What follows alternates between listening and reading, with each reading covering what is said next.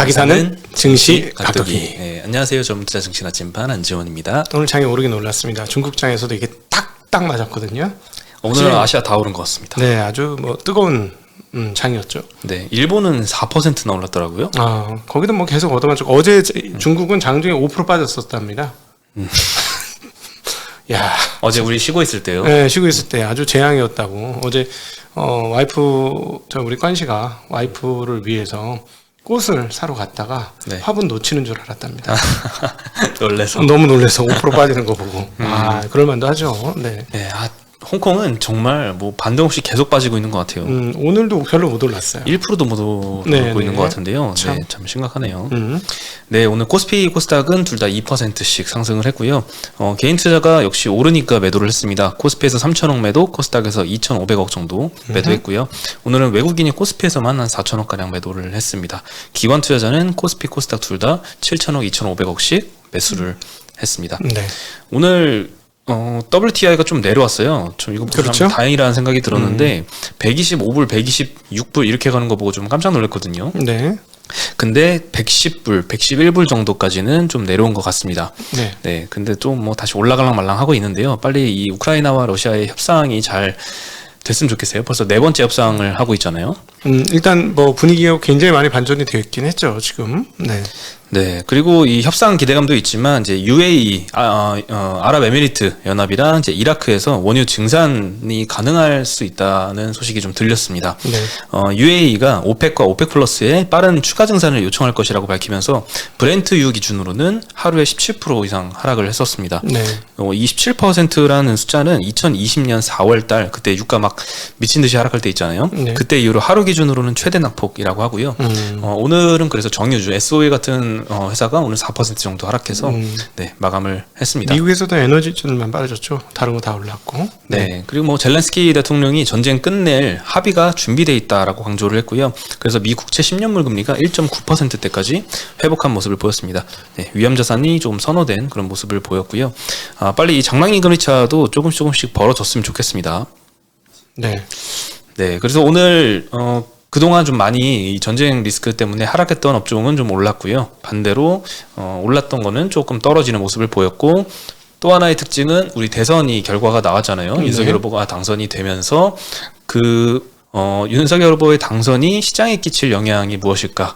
요거에 대해서 시장이 전부 다 반영을 했던 하루였던 것 같습니다. 네. 천천히 말씀드리면 일단 업종 상승률 제일 많이 상승했던 건 건설입니다. 이것도 이제 대선 결과에 영향을 많이 받았다고 할 수 있겠죠. 네. 민간 업자에게 하겠다고 공약이 있었기 때문에 민간 건설 업체들이 더 좋았죠. 그렇죠. 네, 오늘 3부 토건은 상한가를 갔고요. 현대건설, 현대산업개발이 9%, 8%씩 올랐습니다. GS건설도 8%나 올랐고요. DL건설도 5%대 상승을 했습니다. 현대건설 9%, GS건설 8%면 엄청난 것 같습니다. 보통 큰 회사들이 더 높은 상승세를 보였고 오늘은요. 네. 3부 토건만 큰 회사가 아닌데 상한가 간 게 그것만 이제 좀 다른 궤적이네요. 그렇죠. 현대산업개발은 최근에 몇 가지 리스크가 있어서 조금 지지부진했었는데 그래도 네. 이 현대산업개발이 그 이슈 터지기 전까지만 해도 주택개발에 굉장히 일가견이 있는 회사였잖아요. 네. 그 비중도 높고 그래서 이제 포트폴리오에서도 그 주택개발의 비중이 높아서 이익률이 거의 건설사 유일하게 15% 이렇게까지 나오는 회사였죠. 그래서 이제 오늘도 좀 많이 올랐습니다. 그리고 이제 중대재해법이나 이런 것들도 변경될 가능성이 좀 있을 수 있기 때문에 아마 시장에서 그것까지도 감안한 배팅이 이루어지는 것이 아닌가 하는 생각도 저는 좀 들었습니다. 네. 네. 그리고 요즘에 원자재의 급등락이 계속 반복되고 있습니다. 변동성이 굉장히 큰데 이거에 따라서 ETN이나 ETF가 요즘 날린 것 같아요. 니켈이 60% 급등한 날 있잖아요. 네. 고버스 ETN은 120%가 떨어져야 되잖아요. 네. 이론적으로. 근데 100% 떨어지는 건 빵이 되는 거고 120% 떨어질 수가 없죠. 그렇죠. 그래서 이제 거래 정지가 됐는데요. 예전에 WTI도 이런 사태가 2020년에 있었잖아요. 그렇죠. 네. 또 추가로 반복되고 있는 것 같고요. 거래소 측에서는 이제 지표 가치가 0이 되면 이후에도 0으로 유지되기 때문에 사실상 지표 가치가 복원될 가능성은 없다라고 언급을 하면서 추후에 상장 폐지 여부를 결정할 계획이라고 밝혔습니다. 저게 그러니까 로고를 씌워가지고 해야 돼.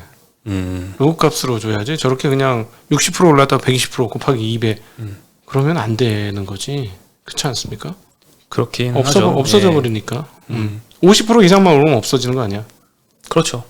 하루에 50% 오르면 곧버스는 100% 떨어져야 되니까 그러니까 빵이 돼야 이론적으로 맞는 거죠. 그렇죠. 그러니까는 저건 로그 값을 씌워야 되는데 왜 저걸 저렇게 하지? 좀 이해가 안 되네. 네. 네, 그리고 러시아 ETF도 마찬가지 사태로 이제 거래 정지 상태로 간 게 많죠. 네. 그리고 참 이렇게 거래 정지가 잇따르고 있는 게 많은데 사실 유혹이 되긴 합니다. 니켈이 이렇게 많이 올랐으니까 이제 좀 떨어지겠지라고 해서 네. 곧버스 할 수도 있고요. 네. 뭐 환율이 많이 올랐으니까 뭐 떨어지는 거에 이제 베팅을 할 수도 있는데 이렇게 좀 원자재 가격이 하루에도 크게 움직이는 이런 상품은 조금 건드리긴 좀 리스키한 것 같고요. 아니 정말 나 죽어도 좋아 이러는 분은 1배만 하시면 되죠. 항상 그 레버리지 건 때문에 문제가 심각했거든요. 네. 항상 그래서 이 곧버스를 하는 거에 대해서는 저는 이렇게 생각해요. 곧버스를 할 바에는 그냥 한 배짜리를 사고 내 금액을 2배로 태우는 게 네. 훨씬 더 안전하고 수익률 측면에서도 결과적으로는 그게 더 나을 거라고 생각을 합니다. 네네. 좋은 방법이죠, 그것도. 네. 네. 어찌되었건 근데 뭐 그렇습니다. 그 경험이 있으신 분들이 결국 여기서 승리하니까 경험이 쌓이기 전까지는 큰돈 붓는 게 좀 무모하죠. 네, 그거는 개념을 가지셨으면 좋겠어요. 네. 네. 그리고 오늘 우크라이나 사태 영향과 이제 원자재 가격 변동이 오늘 시장에 끼친 영향에 대해서 말씀을 드리면요. 일단 첫 번째 반도체 섹터가 좀 상승을 했습니다. 삼성전자, 하이닉스와 이제 반도체 소부장 업체들 그리고 오늘은 핸드셋 업종도 크게 반등을 했는데요. 애플이 일단 9일에 신제품 아이폰 SE 3세대 제품을 공개를 했습니다. 그러면서 여러 수혜주들이 거론이 됐는데요. 오늘 리포트도 많이 나왔는데 LG노텍과 슈핑앤코리아 등 관련 밴더들이 오늘 좀 상승을 했습니다. 특히 슈핑앤코리아는 이제 리포트가 나왔는데 손세정제 매출이 발생했던 2020년 3분기 그때 일회성 매출이 굉장히 크게 발생했거든요. 그거를 제외하면 작년 4분기가 최대 분기 기준으로 매출액을 경신을 했다라고 하고요.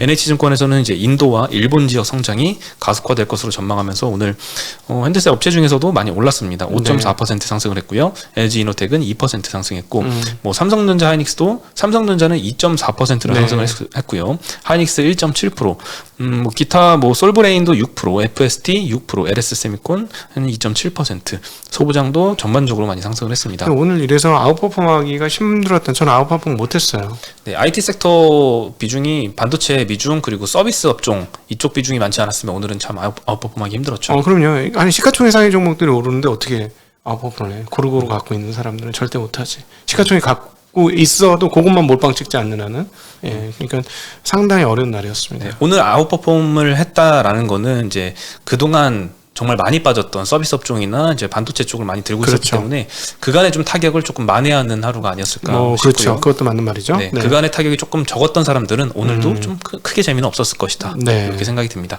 오늘 크게 오른 것 중에 항공 여행주들도 좀 있는데요. 유가가 아무래도 급등하면서 비용 상승 우려가 많이 대두가 됐었는데 오늘은 유가가 다시 반락하면서 항공주들의 반등이 있었습니다. 또한 모드투어, 노랑풍선 관리 종목 지정 우려 때문에 낙했었잖아요 이틀 전에. 근데 오늘은 어느 정도 반등을 했고요. 이베스트 증권에서는 이제 리오프닝 섹터를 다 똑같이 보지 않고 이 중에 섹터 선호들을 나눴습니다. 엔터, 호텔, 면세, 카지노, 레저 요 순서대로 리오프닝주가 좋다라고 하는데요. 이 코로나 지침과 외교 관계를 감안을 할 때 해외 출국이 우선적으로 나타나는 지역이 미주가 먼저 나타나고 그다음 유럽, 동남아, 중국, 일본 요 순서대로 아마 진행이 될 것이다 라고 전망을 했는데 국내 출입국자 수의 70%가 중국과 일본이 차지합니다. 그러겠죠. 네, 그래서 중국과 일본이 가장 늦게 오픈이 될 것이다 라고 전망을 하기 때문에 이 항공주나 여행주보다는 엔터주 수혜가 앞설 것이다 라고 전망을 하고 있고요. 네. 좀 맞는 말이네요. 네. 그리고 출입국이 먼저 열리는 게 미국, 유럽이라고 하는데 이 엔터주 같은 경우에는 미국, 유럽으로 이제 해외 공연 같은 걸 나가면서 리오프닝의 수혜를 조금 앞단에서 누릴 수 있을 것이다 라고 전망을 하면서 오늘 SM, 하이브, YG엔터, JYP 다 4, 5%씩 급등을 했고요. 항공주들은 지금 많이 떨어졌던 것들은 많이 올랐습니다. 제주항공도 이틀 전에 많이 빠졌잖아요. 오늘은 7.7% 상승을 했고요. 진에어 7%, 아시아나 4.6%, 대한항공, 에어부산이 3%씩 상승을 했고 모드투어는 10몇 프로 빠졌었거든요. 근데 오늘은 9% 정도 조금 더 반등을 했어야 되는데 온전히 그 관리 종목 지정 우려를 전부 다 해소하지 못한 것 같습니다. 그리고 하나투어는 7%, 노랑풍선 5% 상승해서 마감을 했습니다. 그동안 이거 가지고 속 썩이신 분들 아주 호쾌하게 올랐네요. 예, 그렇죠. 그래서 참 이때까지 최근에 많이 힘들었던 분들이 오늘은 조금 네. 아웃퍼폼하지 않았을까 싶습니다. 그건 잘 견디신 분들 얘기고. 그렇죠. 네, 이거 뭐 안 좋다, 전쟁 때문에 불안하다 해서 던지신 분들은 참 이거 또 어떻게 하나 이렇게 될 것 같아요. 그래서 그렇지 않기 위한 엉덩이 방송 각도기 TV와 함께 하셔야 되겠죠.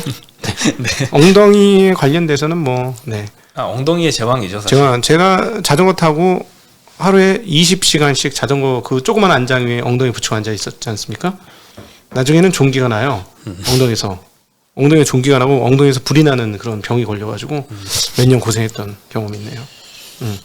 그게 딱 투자로 또 연결이 되는군요. 그럼요. 엉덩이 지지고 이렇게 지지고 있으면 뭐 짓물르고 피가 나도 저기 도착할 수 있다. 이 믿음으로 가는 거지. 그것도 경험이 많으면 그 또 참을 수 있어요. 야 이거 아픈데 보통은 여기서 그만하자 이런 생각이 들거든. 미쳤냐 내가 지금 뭐 하고 있느냐 이렇게 병신되면 어떡하냐 이러는데 병신 안 되고 도착한 적이 있잖아요. 몸은 안 좋아졌지만 그러니까 끝까지 버티는 거야. 그게 이제 주식시장에도 상당히 잘 접목이 되더라고요. 네. 그렇군요. 네, 그리고 또 하나 이제 은행주와 보험주가 오늘 좋았습니다. 그 장단기 금리차가 계속 줄어들었잖아요. 참 걱정이 많았는데 이거 역전이 되는 게 아니냐 이런 우려까지 나왔었는데 조금은 나아지는 것 같습니다. 아까 말씀드렸다시피 미국 10년물 국채금리도 1.9% 중반대 회복을 하면서 한국 금리도 조금 올랐고요. 그래서 우리금융, 하나금융이 4%, 3%씩 상승했고요.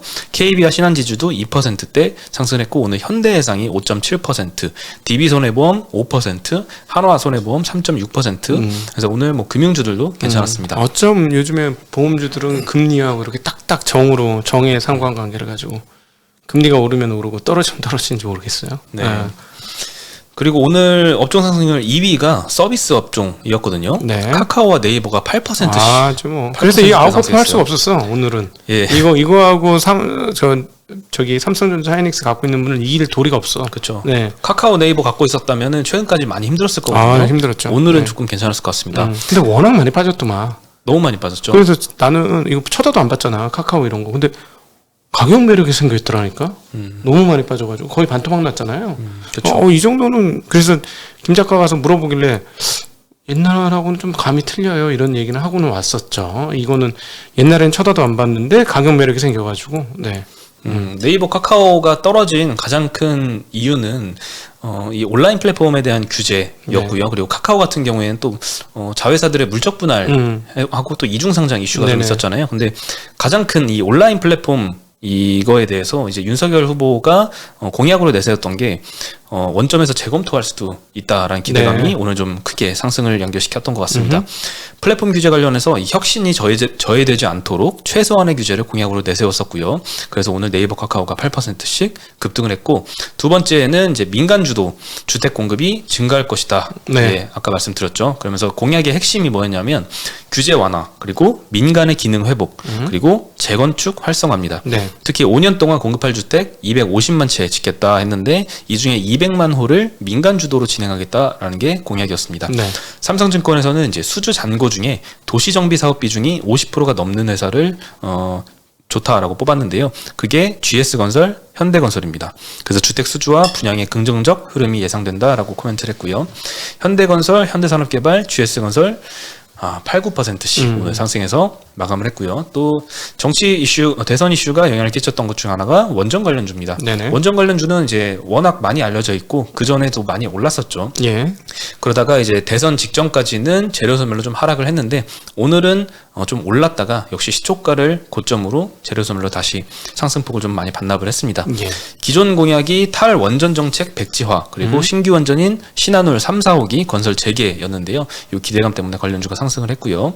오늘 일진파워가 4.5% 상승했는데 뭐 시초에는 뭐 10몇 %씩 상승을 했더라고요. 네. 한전기술도 많이 올랐다가 거의 보합으로 마감했고 두산중공업도 뭐 10% 가까이 상승했다가 1.4% 상승으로 마감을 했습니다. 네. 또 하나 이 대선에 영향을 맡은 게 대북 관련주입니다. 박살났죠. 그렇죠. 네. 후보 시절에 이제 북한에 대해서 굉장히 강경한 입장을 표했었고요. 미국과 강한 동맹을 주장을 했었습니다. 이 영향에 이제 북한과 관계 악화될 우려가 좀 생기면서 대북 관련주가 많이 하락을 했는데 금강산 관광업을 하는 아난티가 11% 하락, 네. 남북철도 경협주인 이제 대아티아이가 12% 하락, 개성공단 관련주인 인디에프와 JS티나가 10% 9%씩 하락을 해서 마감을 했습니다. 저는 이제 주식시장에 오래 참여해본 사람 입장에서 약간 요 부분에서 좀 재미나다 하는 대목이 건설주는 중우장대잖아요. 그러니까 대체적으로 중우장대가 오늘 그런 대로 괜찮았거든요. 네. 근데 사실 네이버 카카오는 중우장대가 아니거든. 뭐라 그럴까 첨단 업체잖아요. 네. 테크 첨단 테크 업체잖아요. 궤적이 같은 적이 없었거든. 이런 이슈라면. 근데 오늘 궤적이 같아서 되게 신기한 흐름이었다라고 저는 생각이 듭니다. 네. 그리고 요즘 인플레이션 중에 또 카플레이션이 좀 대두가 되고 있는 것 같아요. 예전부터 몇 번 말씀을 드렸었는데 2022년에도 역시 신차 가격이 계속 올라갈 것 같습니다. 네. 22년형 신차가 이제 현대차가 최대 200만 원까지 인상을 한다고 하고요. 테슬라도 마찬가지입니다. 9일에 또 발표했어요. 미국에서 판매하는 모델 Y, 모델 3 롱레인지 가격을 각각 $1,000씩 네. 인상한다라고 발표를 했는데요. 중국에서 생산한 동일 차종도 1만 위안, 한국 돈으로 약 200만 원 정도 인상한다고 밝혔습니다. 작년에만 10여 차례 정도 가격 인상을 발표를 했더라고요. 모델 Y는 그래서 작년 1월 대비하면 지금 20% 가격 인상, 모델 3 롱레인지는 11% 가격이 인상된 상태고요. 최근 니켈 등의 이제 원자재 가격이 많이 상승해서 네. 그 여파로 가격을 올리는 것 같습니다. 1,000불 정도는 아무래도 원자재 가격, 2차 전지 가격 상승이라고 봐야 될 것 같긴 한데 그렇다면은 이익은 손해를 안 보겠다는 의도거든요. 이익률이 더 올랐잖아요. 20%에서 30%로. 그러니까 자기네 이익은 절대 훼손하지 않겠다라는 의도가 지금 상당히 짙게 깔려 있습니다. 그렇죠. 그래서 만약에 경쟁자가 나오게 되면 버퍼가 하나 있는 거죠. 가격을 후려쳐. 그러면은 경쟁자들을 또 이게 옛날에 치킨 게임인데. 반도체 업종이 예, 반도체 치킨 게임하고 비슷하거든요. 왕창 이익을 내다가 갑자기 공급이 많아져. 그럼 이 마진을 확 줄여가지고 왕창 뽑아내. 그래서 다른 애들 압살을 시켜. 그거를 지금 꿈꾸고 있나? 하는 생각도 들어요. 지금. 이거가 계속 이 가격이 올라가면 사람들이 자꾸 일단 저 같은 경우는 한 2년 공짜로 타게 생겼잖아요. 차를. 그러니까 원래 저기 계약을 넣어놓은 게 있었거든 사전에. 네. 취소를 안 하게 되더라고. 가격이 어차피 올라가니까. 이미 올랐어. 많이 올랐죠. 받아가지고 바로 팔아도 1,500만 원 남아. 차테크. 엄청나네요. 뭐 저기 나이키 같은 거 뭐 줄 서갖고 왜 해? 뭐. 그런 예전에 상황이에요, 그분이 지금. 생각나네요. 테슬라 그 사이버 트럭을 네. 80대인가? 혼자서 이제 주문한 사람이 있었거든요. 사이버 트럭은 안 나오는데 아직 한 대도 안 나와. 그건 아직 안 나왔는데 네. 약간 그런 투자 개념으로 그럼요. 접근을 했는데 그게 좀 그래 차 팔아갖고 테슬라 주식이나 살까? 뭐 이런 고민? 네, 예. 좋은 것 같습니다. 네. 네, 그리고 아마존이 20대 1 액면 분할을 또 결정을 했습니다. 최근에 이제 빅테크들이 이렇게 액면 분할하는 케이스가 좀 많이 있는 것 같은데요. 네. 100억 불 자사주 매입도 함께 발표했습니다. 100억 불이면 이제 12조 원 정도. 그러니까 어마어마한 금액인 것 같아요. 오늘 시간에서는 6%대 정도 상승해서 거래가 되더라고요. 이렇게 주주친화적이니 주가가 배수가 50배, 60배도 계속 버티면서 그죠? 네. 너무 좋은 기업 문화 같아요. 제가 아마존 재무제표를 보진 않았는데 이 어느 정도의 주주 환원율인지 모르겠지만 뭐 상당하지 않을까요? 안 봐도. 그렇죠. 우리나라도 좀 빨리 이런 제도가 좀 많이 자리 잡았습니다. 자리 잡았으면 좋겠습니다. 뭐 주주 자본주의만이 최고는 아니지만 한국은 좀 도입이 돼야 되는 상황입니다. 이번에 정권이 이제 바뀌었으니까 이 부분들이 꼭 반영되기를 간곡한 마음으로 기대를 하고 있습니다. 한 번씩 이제 갖고 있는 주식들이 공시를 하잖아요. 뭐 자사주 매입 신탁 계약 공시 이런 거 뜨면은 자사주 매입하네 하고 봤는데 금액이 10억 막 이런 케이스가 굉장히 신탁 많거든요. 연장 이런 것도 있어 심지어. 연장도 있죠. 연장. 지난번에 안 산 거야. 사겠다고 해놓고. 그래서 계약 연장. 뭐 이런 것도 있어요. 네, 좀 시시한 공시 말고 이렇게 막 10조짜리 이런 거 터졌으면 좋겠습니다. 한번 터졌었잖아 SK. 근데 못 올라갔어요 별로. 거기는 조금 불쌍한 편이지. SK텔레콤 그때 10조인가 하지 않았습니까? 잘 기억이 안 납니다. 1조인가? 10분의 1 했어 10분의 1. 하여튼 10% 자사주 매입 소각했는데 10%가 주가가 안 올랐어. 네. 2%씩 5번 했으면 올랐을 것 같은데. 네. 그리고 오늘 미국 2월 CPI가 발표가 될 예정입니다. 예상치 말씀드리면 CPI는 전년 대비 7.9% 상승, 근원 CPI는 6.4% 상승입니다. 뭐 예상보다 지금 많이 높다면 이 FOMC 회의를 앞두고 좀 긴축 속도가 좀 빨라지는 걸 시장이 좀 이제 예견하지 뭐 않을까 싶습니다. 다음 주라서 지금 90% 넘게 25bp예요. 네. 그 다음이 문제인 것 같아요. 이런 CPI가 높게 나오면 다음번에 25bp가 아니라 50bp 아니야? 하면서 시장을 누르는 요인이 될 수 있을 것 같습니다. 이미 파월도 이제 3월 FOMC 이후에는 50bp 인상 가능성도 거론을 하긴 했으니까요. 네. 예, 또 다시 이 러시아 리스크 이제 좀 해소 단계로 가고 이제 원자재도 자리 잡는데 갑자기 또 이제 긴축 리스크가 또 다시 불거지지 않았으면 하는 바람입니다. 아, 그럼 뭐 한국 시장이라도 대안이 좀 되면 참 좋겠는데 어떨지 모르겠습니다. 네. 네, 그럼 저희는 여기서 인사드리겠습니다. 안녕. 안녕.